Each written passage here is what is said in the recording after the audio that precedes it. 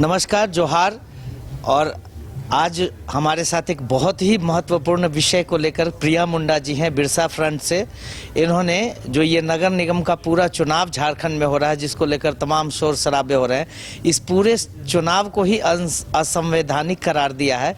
किस तरह से ये चुनाव असंवैधानिक है, क्या टेक्निकल ग्लिच है, क्या ये जानबूझकर किया जा रहा है या फिर इसके विषय में किसी को ज्ञान ही नहीं है, जबकि इसमें हाई कोर्ट इन्वॉल्व है, इसमें रिट हुआ है, इसमें सरकार के पार्लियामेंट के कानून का उल्लंघन हुआ है और राज्य सरकार ने जो कानून बनाया है वो भी असंवैधानिक है। किस तरह से प्रिया मुंडा जी लगातार इस पर अध्ययन कर रही हैं और इन तमाम क्लिष्ट विषयों को इन्होंने संविधान के माध्यम से कानूनी पक्ष को जनता के समक्ष रखा है, राज्यपाल को भी बताया है।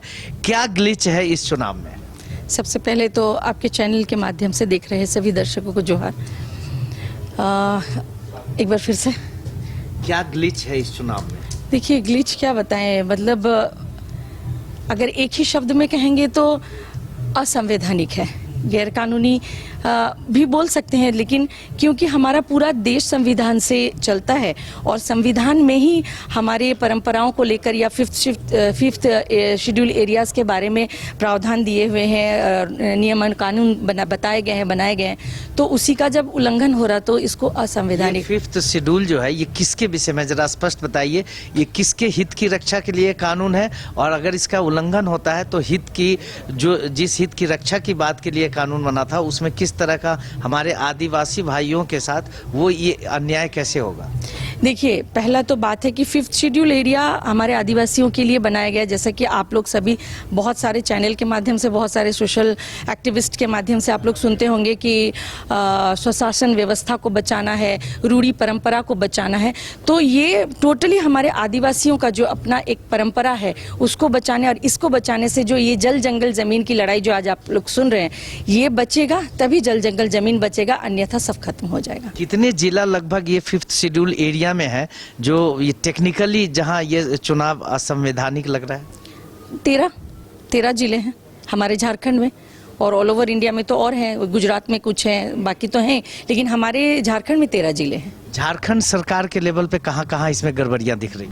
देखिए, कहाँ झारखंड सरकार के लेवल पे तो बोला जाए तो उनको ये मालूम होना चाहिए कि जो फिर आप अगर देखने जाइए तो सबके मुख से आप ये ज़रूर सुनते होंगे कि स्वशासन व्यवस्था, आदिवासी का कन्वर्शन और बहुत सारी बातें आप सुनते हैं, लेकिन आपने शायद ही कभी किसी को फिफ्थ शेड्यूल एरियाज के नियम और कानून के बारे में आपने सुना होगा। तो झारखंड सरकार में बैठे चलिए मानते हैं मुख्यमंत्री जी हों या उस वक्त के जो 2011 में जो बनाए गए थे, उस समय में मुख्यमंत्री मानते हैं वो बहुत बिजी शेड्यूल होता, लेकिन उनके भी तो लोग होते हैं जो इसको लेकर सलाहकार जो होते हैं, तो उनको ये मालूम होना चाहिए था, क्योंकि संविधान तो अभी नहीं बताया विजय जी ने कि 1950 में बना हुआ, तो उस समय ही ये बना हुआ है कि झारखंड सरकार ने यहाँ चुनाव करने के लिए कानून बनाया, लेकिन उस समय भी वो संवैधानिक नहीं था।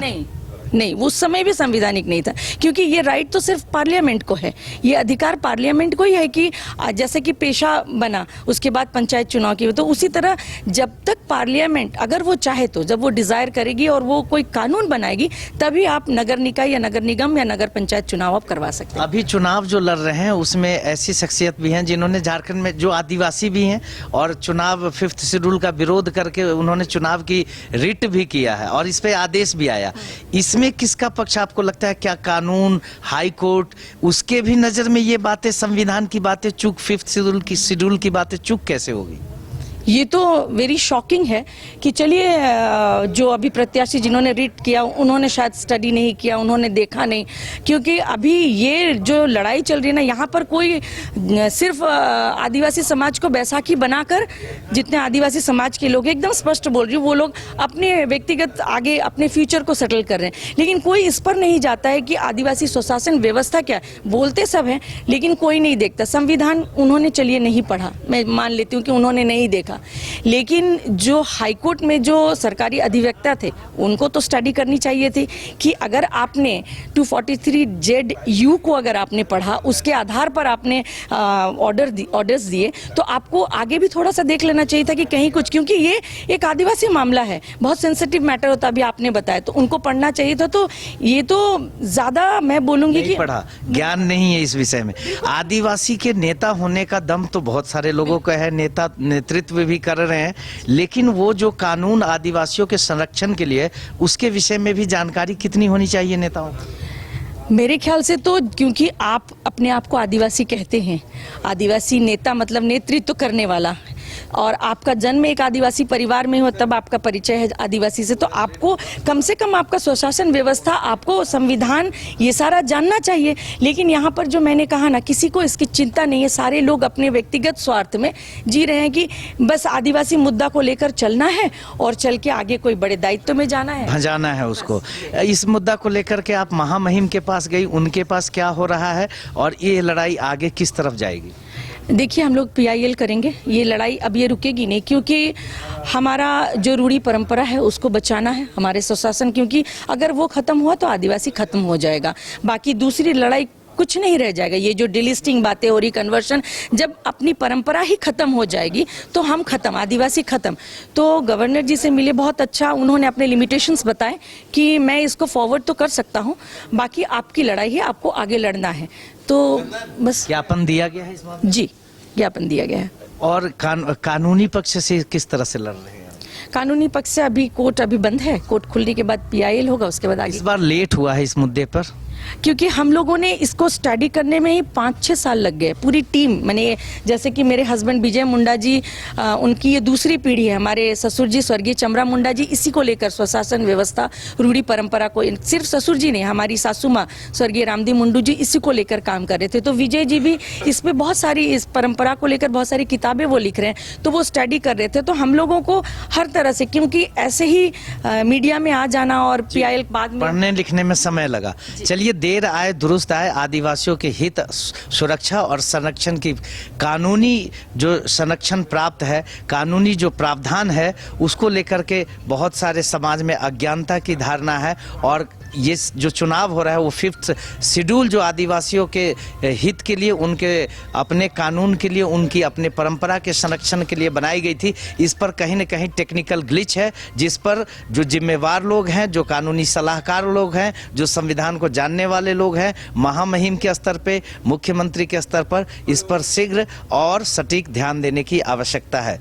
सहयोगी नूतन के साथ राजेश कृष्ण, बाइस्कोप, रांची।